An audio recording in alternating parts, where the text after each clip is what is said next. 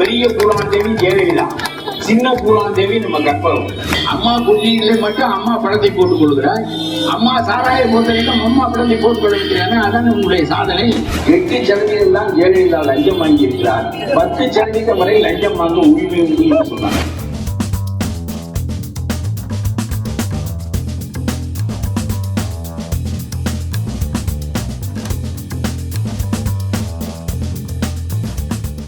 ஈழவளவு மலையே தரைமட்டமாக்கிய மனிதன் விடுதலை செய்யப்படுகிறான்.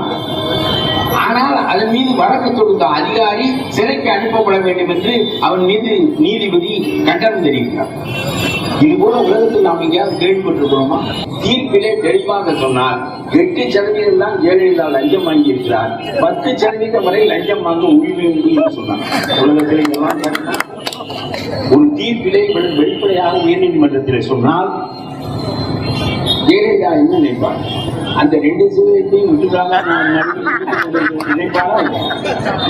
எங்கேயாவது உலகத்தில் 8% லஞ்சம் வாங்கலாம் என்று நீ சொல்லிவிட்டால் 1,40,000 கோடி ரூபாய் நீ நிதி நிலைக்கு அறிக்கை வெளியிடுகிற போதே நீ எவ்வளவு ரூபாய் ஒதுக்கிக் கொள்வாய்? 14 கோடி ரூபாய் ஒதுக்கிக் கொள்வாய். 14,000 கோடி ரூபாய். இது என்ன உலகத்திலே இப்படியெல்லாம் ஒரு நீதிமன்றம் தீர்வு சொல்வது என்று என்ன வகையிலே நியாயம்? 10% லஞ்சம் வாங்கலாம், 8% தான் வாங்கி இருக்கிறார். ஆகவே விடுதலை செய்கிறேன் என்று உயர் நீதிமன்றம் வெளிப்படையாக தீர்ப்பு சொன்னது. இப்பொழுது அதைத்தான் கேட்கிறார். உச்ச நீதிமன்றமும் அப்படி லஞ்சம் 10% வரை வாங்கலாம் என்றால் பிறகு தாசில்தார் வாங்குவார், கலெக்டர் வாங்குவார், முதலமைச்சர் வாங்குவார், எல்லாரும் வாங்குவார். நான் சொல்கிறேன், பிறகு லஞ்சத்தை ஒரு வரியாகவே மக்கள் அவர்களுக்கு கொடுத்து விடுவார். ஜெயலலிதா தன் நோக்கத்துக்கு செய்வார். ஜெயலலிதாவுடைய பழக்கம் என்ன என்றால், கலைஞருக்கும் ஜெயலலிதாவுக்கும் உள்ள வேறுபாடு, நான் கலைஞரிடமும் பழகியிருக்கிறேன், ஜெயலலிதாவோடும் பழகியிருக்கிறேன்.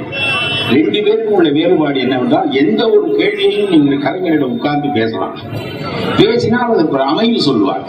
அது இன்ன காரணத்தினால், இன்ன நெருக்கடியினால், தவிர்க்க இயலாத காரணத்தினால் இத்தகைய முடிவு எடுக்கப்பட்டது என்று நம்மை அவரோடு சேர்த்துக் கொண்டு விடுவார்.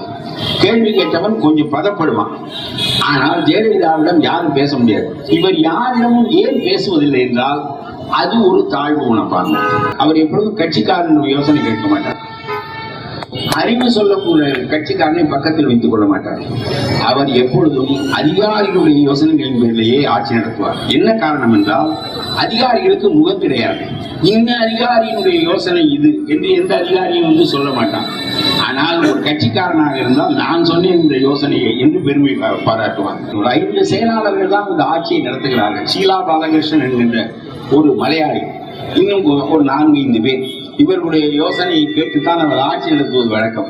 அவர்களையும் கூட மந்திரிகளை எல்லாம் எதற்கு வைத்திருக்கிறார் என்றால், மந்திரி சபை கலெக்டிவ் ரெஸ்பான்சிபிலிட்டி என்று சொல்வார்கள். ஒரு தீர்மானத்தை ஜெயலலிதா நான் செய்தேன், நான் ஆணையிட்டேன் என்று சொல்கிறார்கள். சட்டத்தில் நான் செய்தேன் என்று சொல் பார்ப்போம், சட்டம் செல்லுபடியாகிறதா?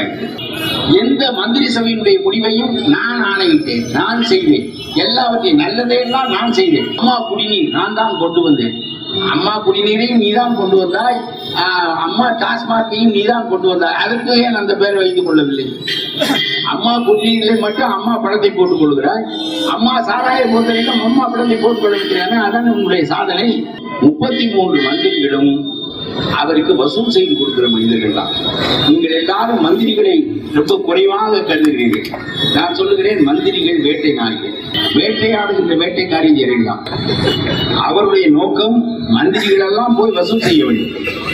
வசூல் செய்து அந்தந்த துறையில் கிறுக்கி பிழிந்து அந்த கட்டாயத்தை கொண்டு வந்து அந்த கருவூலத்திலே கட்ட வேண்டும். அந்த கருவூலத்தினுடைய காட்பாளர் சசிகலா.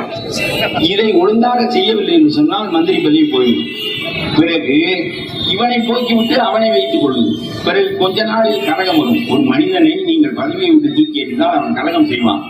ஆனால் அவன் கொஞ்ச நாள் பார்த்து கொண்டிருப்பான். ஒரு 6 மாதம் சென்ற பிறகு வெளியேற்றியபடியே மீண்டும் சேர்த்து பதவியில் வைத்துக் கொள்வார்கள். இது மாதிரி ஒரு 10 பேர் வெளியேறியிருப்பான். நாங்கள் ஒரு 7-8 வரிசை இருப்போம் எம்எல்ஏக்கள். அதிலே 3ஆவது வரிசை முதல் 2 வரிசை மந்திரிகள் இருப்பார்கள். 3ஆவது வரிசை முன்னாள் மந்திரிகள் இருப்பார்கள். ஒரு வரிசையில் 30 பேர் 35 பேர் முன்னாள் மந்திரிகள் இருப்பார்கள். ஆனால் அவனெல்லாம் எதை எதிர்பார்த்து கொண்டிருப்பான் என்றால், அந்த அவரை போக சொல்லிவிட்டு 6 மாதத்தில் அம்மா மீண்டும் மந்திரியாக ஆக்கிவிட்டார். ஆகவே நம்மையும் ஆக்குவார்கள் என்று காலமெல்லாம் எதிர்பார்த்து 5 வருடமும் எதிர்க்காமலே இருக்கிறார். வணிகர்களின் மூலம் வருகின்ற விற்பனை வரி 2011 27% இருந்தது. 2016 அம்மா ஆட்சி முடிவடைகின்ற வேளையில் 12% குறைந்திருக்கிறது. இந்த நிர்வாகத்திறனுக்கு சான்றா? இப்பொழுது சொத்துக்கள் நிறைய வாங்கப்படுவதில்லை, விற்கப்படுவதில்லை. அதுக்கு என்ன காரணம் என்றால், சொத்தினுடைய வழிகாட்டி மதிப்பை நேரடியாக கூட்டிவிட்ட காரணத்தினால் சொத்துக்கள் விற்பனையாவதில்லை. நான் சொல்லுகிறேன் உங்களுடைய முட்டாள்தனத்துக்கு, உனக்கு யோசனை சொல்லுகிற அதிகாரியினுடைய முட்டாள்தனத்துக்கு இந்த நாட்டில் சொத்துக்கள் விற்கப்படுவதும் வாங்கப்படுவதுமான தன்மை குறைந்து போய்விட்டது. அதன் காரணமாக அந்த வருவாய் குறைந்து போய்விட்டது. விற்பனை வரியின் மூலம் வருவாய் குறைந்து விட்டது, பத்திர வரியின் மூலம் வருவாய் குறைந்து விட்டது. இவையெல்லாம் புள்ளி விவரங்கள், அரசாங்கம் கொடுத்திருக்கிற புள்ளி விவரங்கள். எம்எல்ஏக்களுக்கு இவர்கள் அனுப்புகிறார்கள் புத்தகங்கள் எல்லாம். அப்புறம் மோட்டார் வாகன வரி இதுவரை 2011 வரை. நான் ஏன் 2011 சொல்கிறேன் என்றால், அது கலைஞர் ஆண்ட கடைசி ஆண்டு. அதாவது 2 பேரையும் ஒப்பிட்டு பார்க்கும்போது கலைஞர் எத்தனை மடங்கு பரவாயில்லை, எவ்வளவு சிறந்த ஆட்சியை செய்திருக்கிறார் என்று புரிந்து கொள்வதற்காக நான் இதை சொல்கிறேன். 2011 தமிழக அரசுக்கு மோட்டார் வாகனங்களின் மூலம் வந்த வரி 13% இருந்தது. 2016 அது 5% குறைந்தது. எந்த ஒன்றிலும் உங்களுக்கு சொல்ல மனிதர் எம்எல்ஏ ஆவதற்கும் ஒரு தகுதியற்ற ஒரு கொள்ளைக்காரி. சின்ன பூலாந்தேவி, பெரிய பூலாந்தேவி தேவைதான். சின்ன பூலாந்தேவி நம்ம கற்பகம். ஏனென்றால் அவருக்கு பெரிய அரசாங்கம் கிடைத்தது, இவருக்கு முனிசிபாலிட்டி தான் கிடைக்கிறது. அதனால் சின்ன பெருசை தவிர விட்டால் இவரை அங்கே வைத்தால் அவரை இங்கே வைத்தால் ரெண்டு தலைகீழாக மாறிவிடும். ஆகவே இந்த நிலைகளை எல்லாம் எண்ணி பார்த்து நீங்கள் வாக்களிக்க வேண்டும். மீண்டும் உதய சூரியன் இருள்கிழித்து கிளம்ப வேண்டும். கலைஞர் ஆட்சி மலர வேண்டும். கை சின்னம் வெளிப்படையாக துலக்கம் பெற வேண்டும்.